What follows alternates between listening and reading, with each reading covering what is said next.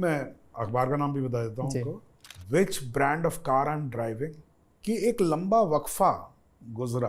इसमें तकलीफ होती है बहुत यार, ऐसे मुड़ो, गर्दन नीचे करो, हाथ ये करो। एक वाकया मेरे को याद आ रहा है, एक इंटरव्यू आपका हो रहा था और वहाँ पे जब इंटरव्यू शुरू हुआ तो इंटरव्यू लेने वाले ने इंटरव्यू से पहले आपके शर्ट पे ध्यान दिया और वो शर्ट फटी हुई थी। और उसने आपको कहा कि सौरभ भाई आप अपने इमेज को सीरियसली क्यों नहीं लेते हो। और उस समय जो आपने उनको जवाब दिया था वो मैं चाहता हूँ कि सारे दर्शक सुने, क्योंकि वो बहुत ही इंटरेस्टिंग चीज़ है। मैं अखबार का नाम भी बता देता हूँ आपको, बॉम्बे टाइम्स था। ओके। मुझे मेरे पास बॉम्बे टाइम्स से फ़ोन आया, there was this lady who called me and she said that we would like to interview you. तो मैंने हाँ जी। तो बोले मैं जो भी दिन था, बुधवार को या ऐसे जो भी दिन था, बोले मैं आती हूँ। मैं ठीक, मैंने पूछा उनसे, मैंने कहा तो फोटो वगैरह आप, बोले नहीं मेरा फोटोग्राफर उसके अगले दिन आएगा। ठीक है। हाँ ठीक है। वहीं तो मैं जैसा कंफर्टेबल जो कपड़े होते हैं वही कपड़े पहन के बैठा हुआ था। अनकंफर्टेबल आपके कपड़े वही होते हैं जो आप कई बार पहन चुके होते हैं।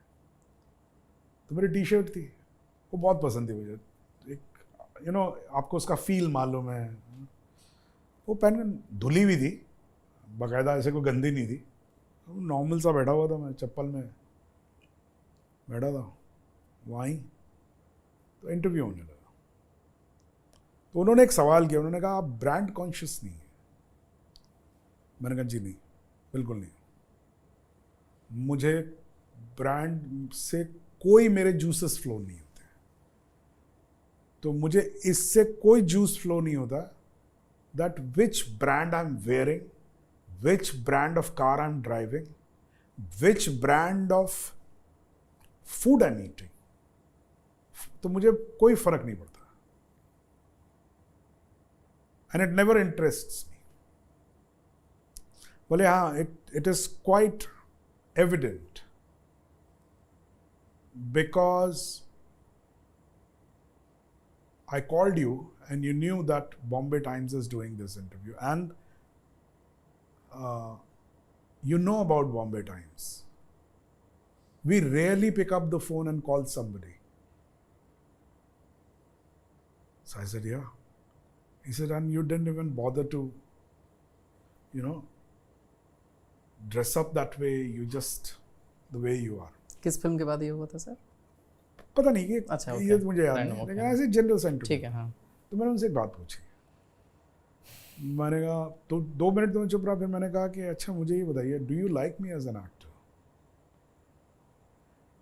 She said what do you think, we all love you as an actor, that is the reason in our office we all decided that will call this man and will have his interview in Bombay Times. I said, and may I ask you that what do you like in my acting? She said, you are so natural. And I said, I'm natural in my acting because I live naturally. I said, the moment I will start portraying something else, in my acting I'll also start doing that. I'll start ornamenting. आप मुझसे मिलने आ रहे हैं, of course I should wear normal nice things. नहीं ऐसा एक कुछ एक कमाल, हाँ मतलब सामने वाला देखे तो पहन के बैठ जाइए, सूट पहन के बैठ जाइए। मैं सूट नहीं पहनता, जो सूट पहनता है उसके लिए नॉर्मल है, अंग्रेज पहनता है उसके लिए नॉर्मल है, या जो पहनता है उसके लिए नॉर्मल है मेरे लिए नॉर्मल नहीं है। तो मैं जो मेरे लिए नॉर्मल है वो मैं एक्टिंग में करता हूँ, and it keeps me happy. Acting करते वक्त मुझे तकलीफ नहीं होती है, नहीं यार मुझे ऐसे करूं, ऐसे खड़ा हो जाऊं तो मैं ये प्रोफाइल में अच्छा दिखूंगा, फिर ऐसे गर्दन करूं तो ज़्यादा अच्छा, इसमें तकलीफ होती है बहुत यार, ऐसे मुड़ो, गर्दन नीचे करो, हाथ ये करो, आवाज़ को अपने भारी करो, ये करो, जैसे हो वैसे रहो ना यार। मैं ये फॉलो करता हूँ और इसमें मुझे लोगों को बहुत अच्छा लगा है, मुझे भी बहुत अच्छा, मुझे मालूम नहीं है सही है कि गलत है, लेकिन ये लोग कहते हैं कि यार हमें बहुत पसंद आते हैं आप ऐसे, ठीक है। तो मैं स्टारबक्स की कॉफ़ी पी रहा हूँ या शेट्टी की कॉफ़ी पी रहा हूँ, how does it matter? What matters is what I am saying और व्हाट आई एम डूइंग। उन्हीं के साथ वो वाकया भी हुआ था जब आप खुद से चाय बना के ला रहे थे। हाँ, हाँ। और ये ऐसा एक्टर है जिसके पास स्टाफ नहीं है। हाँ हाँ, वो तो खैर कईयों के साथ हुआ है। तो मैं शुरू में मेरे पास स्टाफ था, फिर मुझे रियलाइज़ हुआ कि यार हो क्या रहा है ना, मैं कंफर्टेबली, छोटी कार थी, कंफर्टेबली बैठ नहीं पाता हूँ मैं, अच्छा। बिकॉज ऑफ द कॉम्प्लेक्सेस, क्योंकि आपको लगता है कि यार बड़ा आदमी जो है वो तो कार में पीछे बैठता है, तो जो सबसे कंफर्टेबल सीट होती है वो ड्राइवर के बगल वाली, क्योंकि वो डेडिकेटेड सीट होती है, उसमें कोई और किसी और को बिठा दिया आपने, खुद आप पीछे बैठे हुए हैं, 2 लोग आपके अगल बगल हैं, छोटी कार है, आप सारे रास्ते। कौन सी कार थी सर? मारुति 800। अच्छा। तो ऐसे आप जाते हैं, क्योंकि बड़ी कार नहीं है, और बड़ी कार में भी 3 लोग नहीं बैठते यार पीछे, कितनी बड़ी कार हो। तो फिर बड़ी दिक्कत होती थी। तो एक दिन फिर मैंने सबको बुलाया, मैंने कहा यार नमस्ते, गाड़ी में खुद ड्राइव करूँगा, जाऊँगा मैं खुद। और बाद में मुझे बड़ा मज़ा आया। तब तो मारुति 800 थी मेरे पास, पहली कार थी। फिर मैंने बड़ी गाड़ियाँ ली, और हर बार जब मैंने गाड़ी ली तो मुझे ये बड़ा सेटिस्फैक्शन मिलता है कि यार पैसे मैंने खर्च किए, गाड़ी में चलाऊँगा। पैसे मैं खर्च करूँ, चलाए कोई और, मतलब क्या हुआ यार। तो आज तक गाड़ी में खुद ही चलाता हूँ, कितनी भीड़ हो, और उसमें बहुत कुछ सीखने को मिल जाता है। 2013 एक ऐसा वक्त था जब आप 20-22 साल इंडस्ट्री में काम कर चुके थे। आपको तारीफ बहुत मिली, लेकिन आपको एक्नॉलेजमेंट नहीं मिला था उस हिसाब से। उसी वक्त आपको जॉली LLB के लिए नेशनल अवार्ड मिलता है। तो ऑनेस्टली मैं आपसे ये जानना चाहता हूँ कि आपके जहन में कभी ये ख्याल आया कि इन 20-22 सालों में क्या मैंने कभी भी ऐसा काम नहीं किया था? क्योंकि आपके समकक्ष अभिनेता काम करते रहे, उनको अवार्ड्स भी मिलते रहे, और उससे पहले आपको कोई भी अवार्ड नहीं मिला था। आपके जहन में आया था कभी? नहीं, मैं अगर सच कहूँ तो ऐसा कुछ मैंने सोचा नहीं था। लेकिन हाँ, ये ज़रूर है, ये बात मैं थोड़ा सा इसका बैकग्राउंड बता देता हूँ आपको। होता क्या है कि हम बहुत जल्दी इमेजिन कर लेते हैं कि जैसे स्पेशली सत्या के बाद सब लोग मुझे बहुत अच्छे से जानते थे। मेरा गाना बहुत फेमस था, जो आज तक फेमस है, कल्लू मामा लोग गाते हैं, मैं कहीं से गोली मार भेजे में। गोली मार भेजे में।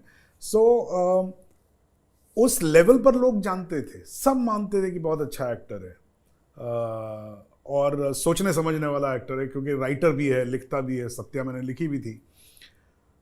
लेकिन क्या होता है, आपके दिमाग में एक इमेज हो जाती है, उसके बाद आप चाहते हैं कि जैसा काम आप चाहें वैसा मिले, और पैसा भी जैसा आप चाहें वैसा मिले। वो सच नहीं होता है, वो उसकी रियलिटी अलग होती है। सो उस वजह से लोग मुझे बहुत जानते थे, लेकिन जो रोल्स ऑफर कर रहे थे वो रोल्स बहुत ज़्यादा मुझे एक्साइट नहीं कर रहे थे। जो फिल्में मैं कर रहा था, हालांकि बहुत बड़ी बड़ी फिल्में की मैंने, लेकिन उस फिल्म में मेरी क्या जगह है, क्या कर रहा हूँ मैं एज अ किरदार, वो उसमें बहुत मज़ा नहीं आ रहा था मुझे। और लिखता मैं था नहीं, राइटिंग मैं बहुत कम करता हूँ, क्योंकि writing I have never taken it as a profession. तो ले दे के एक्टर ही था प्रोफेशन में। तो एक समय आया था कि लोग जब बुलाते थे मैं मना कर देता था कि नहीं भाई मैं नहीं करना चाहता। तो लोगों ने, एक तो जब आप मना करते रहते हैं तो लोग भी आपको बुलाना बंद कर देते हैं। आपने रामू को भी मना किया था पहले सत्या के लिए शायद? अब मैं मना करने गया था उनको, क्योंकि मुझे लगा था वो लिखवाने के लिए बोलेंगे मुझे, लेकिन उन्होंने पहले रोल सुनाया, बाद में लिखा मैंने।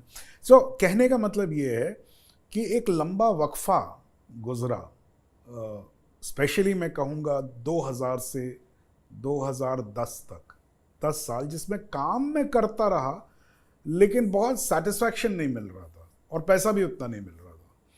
तो लास्ट के जो 4-5-6 साल थे, उसमें मैंने लोगों को कहना बंद कर दिया था, मैंने लोगों को कहना शुरू कर दिया था मैंने कि भाई देखिए ऐसा है कि मैं एक्टर नहीं हूँ, मैं राइटर हूँ, मैं एक्टिंग करना नहीं चाहता। अच्छा। हाँ, ये मैंने कहना शुरू कर दिया था, क्योंकि सब कहते थे बहुत अच्छा एक्टर है, बहुत अच्छा एक्टर है, लेकिन सर एक दिन का रोल है, एक सीन का रोल है। तो एक सीन के रोल में प्रॉब्लम सिर्फ इतनी होती है कि एक्टर के नज़रिए से आपको वो किरदार नहीं मिलता है जिसका एक आर्क हो।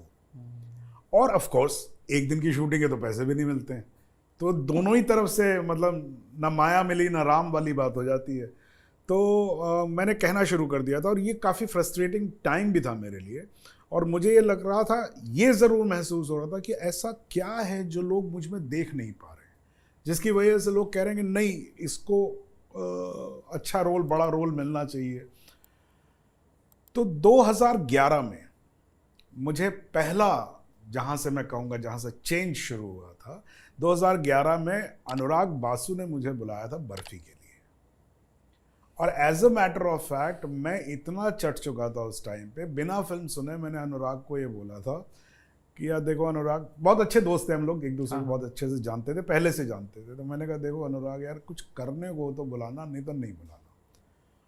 तो ये बहुत बड़ी मूर्खता थी मेरी, क्योंकि वो नाराज़ भी हो सकता था मुझसे, लेकिन वो नाराज़ नहीं हुआ। उसने मुझे सिर्फ एक ही बात कही, उसने कहा कि सर अगर मुझे आपके लायक रोल नहीं होता तो मैं आपके पास क्यों आता। And then I did that film, and I was so happy. I was so happy to work with Anurag Basu. I mean, he's a wonderful person and a wonderful artist, wonderful mind.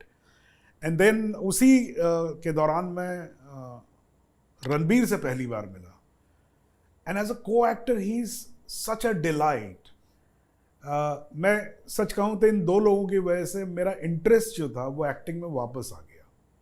ये बर्फी में हुआ। और मेरी किस्मत 2011 में ही मुझे